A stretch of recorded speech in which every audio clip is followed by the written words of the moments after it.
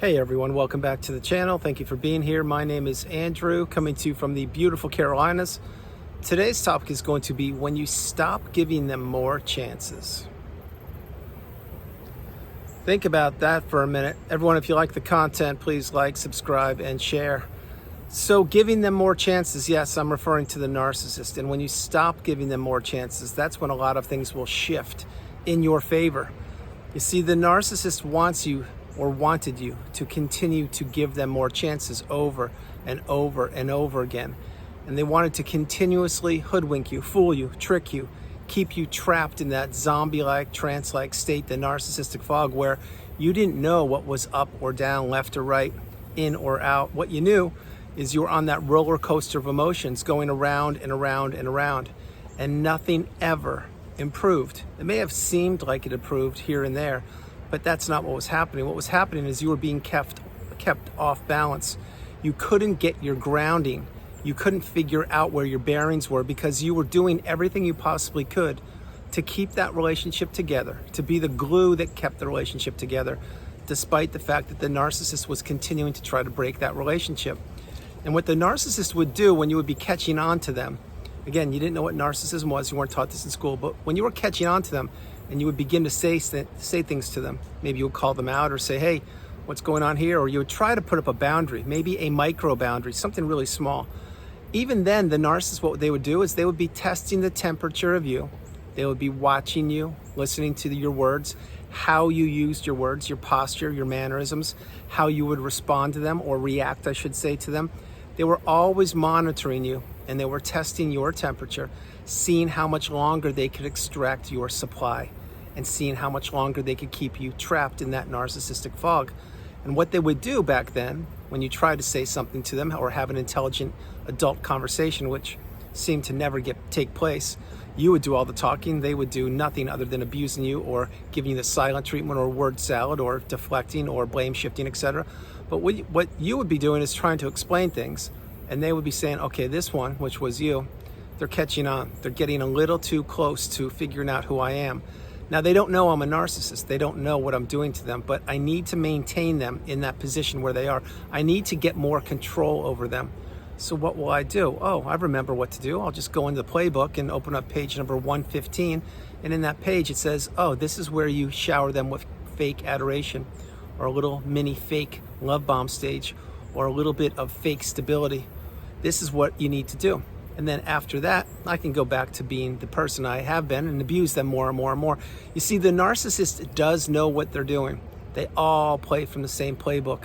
They all know the techniques and the mannerisms and the behaviors to administer to their targets, which include, but are not limited to, gaslighting, the silent treatment, rage fits, stonewalling, blame shifting, triangulation, my least favorite thing these people do, projection, mirroring.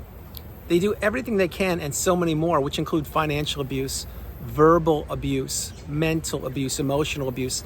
You see, each and every narcissistic relationship, it's as if it is death by 1,000 paper cuts. And the longer you stay in these relationships, the more cuts are administered to you that you have to heal from. The narcissist has nothing to heal from because they don't care about anybody. They didn't care about you. They don't care about their own children. They don't care about their parents or their siblings or the new supply. They care about one person, which is themselves, and what other people can and or will do for them to elevate them from one plateau of their life to the next. But this is what the narcissist does. It's what they've always done. The narcissist is a master manipulator. They're a shapeshifter, and they will go any which way the wind blows, depending on what the next new shiny object appears to be to them, or whatever the next new opportunity that arises in front of them. In the narcissistic relationship, the narcissist banked on you giving them more and more chances. And that's what you did. As I mentioned, you didn't know what narcissism was because you were not taught this in school, but now you're getting the wisdom. You're getting the education. You're becoming awakened and aware, educated and empowered, and you are beginning to realize, if you have not already, that you are the priority. You come first, second, and third. And there is no room in your life now, there wasn't in the past, and there certainly won't be in the future, for any toxicity, specifically any narcissistic individuals or relationships. Because you've seen what you can't unsee what you've seen. You've experienced something that most people can't fathom or wrap their head around. And you've endured so much poor behavior and toxicity in that relationship that it would last 10,000 different lifetimes for an average person to process it. And even then they couldn't, because the person that you perhaps were sharing a room with or a household with or a relationship with that turned out to be the narcissist, they punished you for being you. They administered so much of their manipulating techniques day in and day out, and they had an objective, they had a goal, they had a purpose. They knew that relationship was going to expire, because each and every narcissistic relationship does have an expiration date. You now know that, or you're learning it. And the narcissist certainly knew that. So they wanted to take as much from you as they possibly could. And many times it is in the shortest period of time, although not always. There are many, many narcissists who play the long game, and they will try to drag things out years, maybe even decades. But eventually, most of these people get what they want until somebody figures them out. And that's who you are. You're the person who broke the generational curse. You're the person who broke the generational toxic narcissistic relationship, or the dark energy force or source in your family or in your life. You see, you're a rare person. You're a special individual. You are stronger than you know. And the narcissist did target you.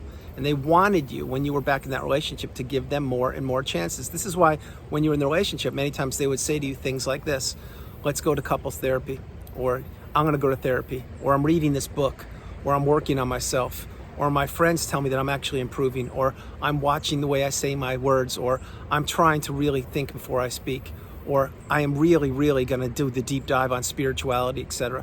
Well, they'll say those things and so many more, but at their core, the narcissist knows they can't change.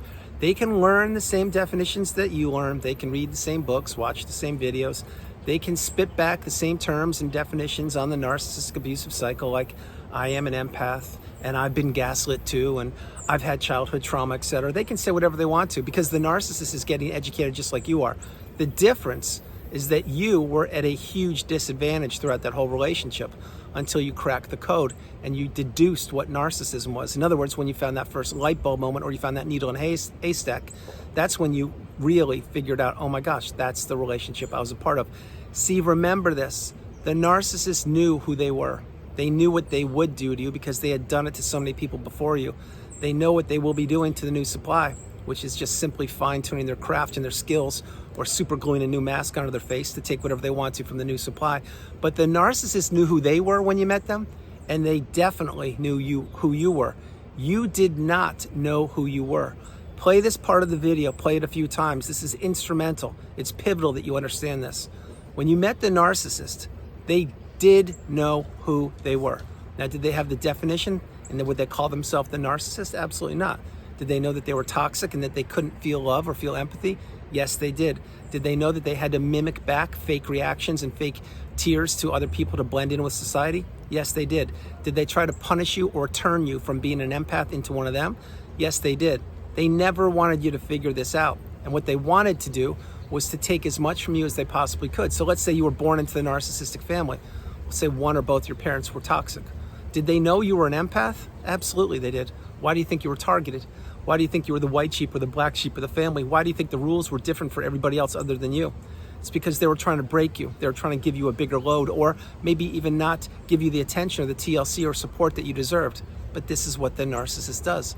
That's why in these relationships, or in the narcissistic household, many times there's a scapegoat, the golden child, and other people in between. But anyone is interchangeable in the narcissistic household. Anybody can be the target, anybody can be the golden person, or the flavor of the day, week, month, year, decade, and anyone can be the scapegoat. These things are interchangeable, not always, but many times. But having said that, when you were in that relationship, the narcissist wanted you to give them more and more chances. And it's when you begin to understand that giving them more and more chances, all that means is it's going to be more healing for you. In that relationship, and the residue of the relationship, it's going to take more and more time for you to heal from.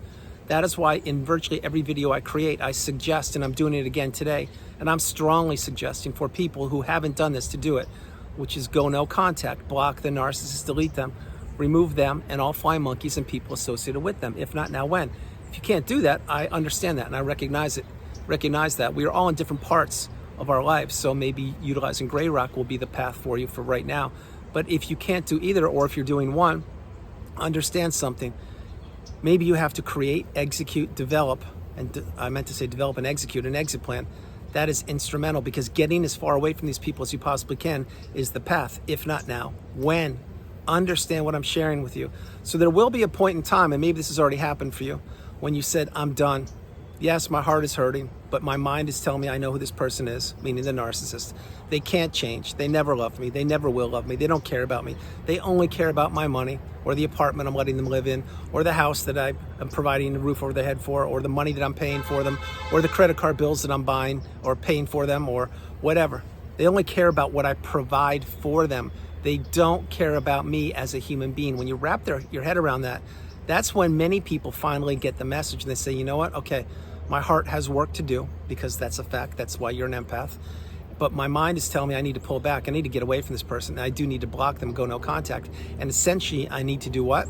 That's right. You need to stop giving them more chances. And you need to really toe the line. You need to really draw that line in the sand. And you don't call the narcissist out. You don't tell them you know who they are. You don't threaten them. You don't expose them. You do none of that. You simply become small. You get off the radar of the narcissist. You pull back. You place yourself in that cocoon of boundaries where you're healing and you're insulating and protecting yourself. And you do not offer any more assistance or communication or resources to the narcissist. Again, not going to be as easy as what I just mentioned to you, but if you understand that where you are right now is not where you will be in 3 months, 6 months, 9 months, or a year, and that where you're going is going to be such an abundant place. It's going to be a toxicity-free environment, and there'll be no narcissists in your vicinity or your area, certainly not in your circle of people. When you realize that, then you can begin to take steps and begin to take action. That's what I've done. That's what so many people have done, realizing that this is a journey. It's a marathon. It is not a sprint. There is no magic pill or magic wand that can be consumed or waved that will just erase the past. You will need to do this. You will need to take the lifelong learning lessons from the past and apply them to present day. You will not want to be predicting the future, because the future, no one is guaranteed to be here tomorrow. The planet's not guaranteed to be here.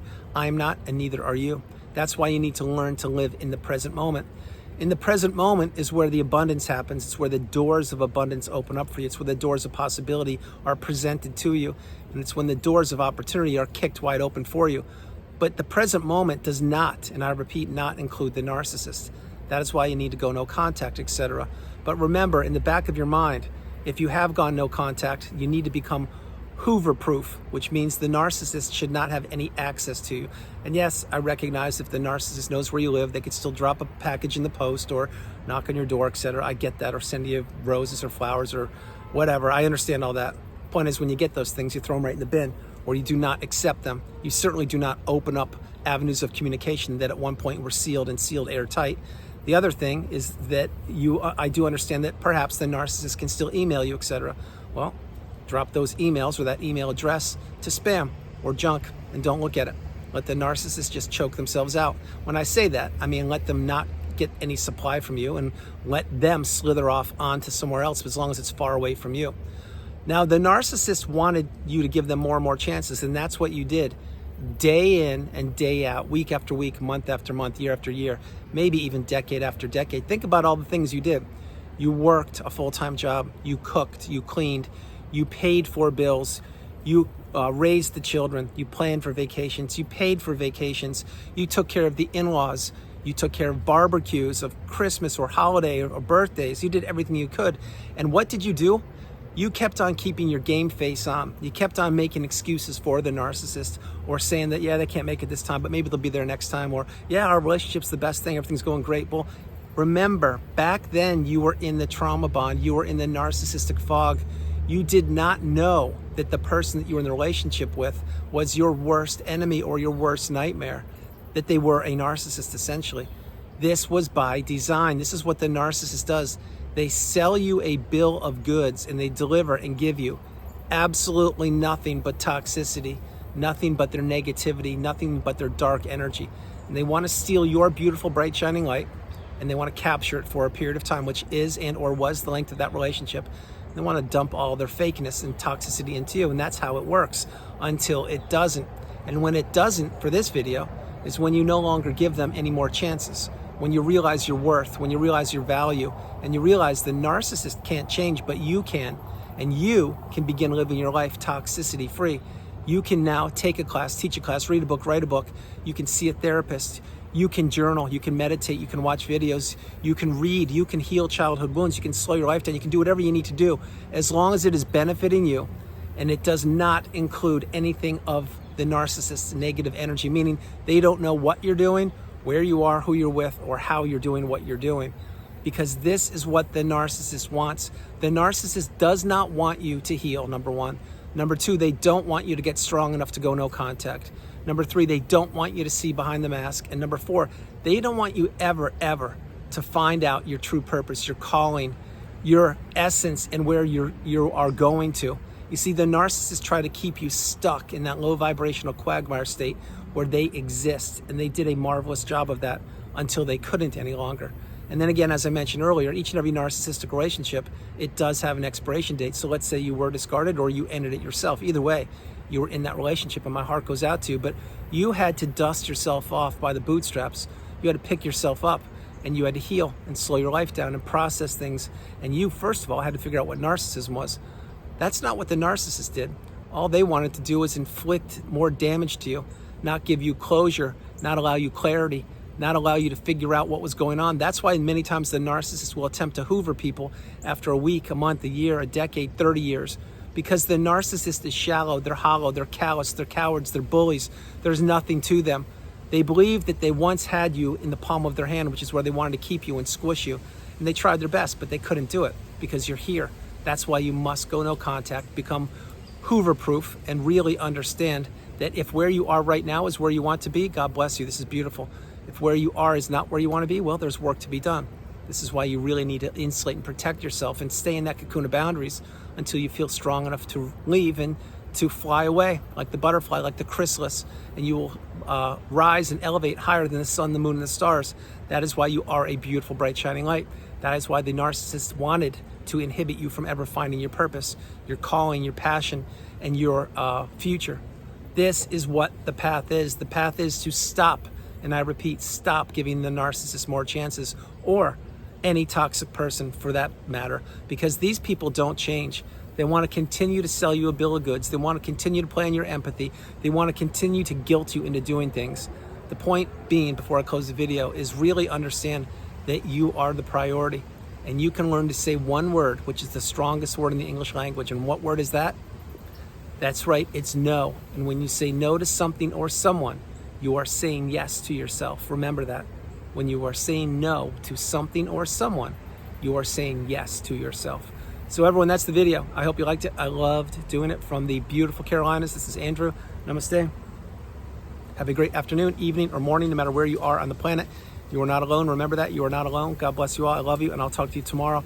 And daylight savings time is coming up. The hours and the days are getting shorter. We're entering the holiday Hoover season. Have your A game. Be Hoover Proof. Do not listen to the false words of the narcissist.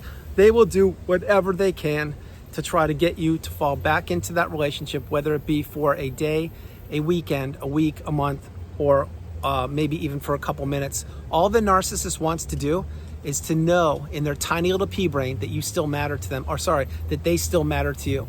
And when they don't matter to you any longer, you begin, or you arrive at a place called the pinnacle of indifference, the mountaintop of indifference, where I am standing there waiting for you, reaching my arms down to pull you up. And there are so many other people who I've helped get to the pinnacle of indifference, and they too are reaching their hands and their arms down to elevate you and lift you up. So bring your A game, be Hoover Proof. Do not accept a Hoover. Stop giving the narcissist chances and start focusing on yourself. If not now, when? I love you all. God bless you, and I'll talk to you tomorrow. Bye, everybody.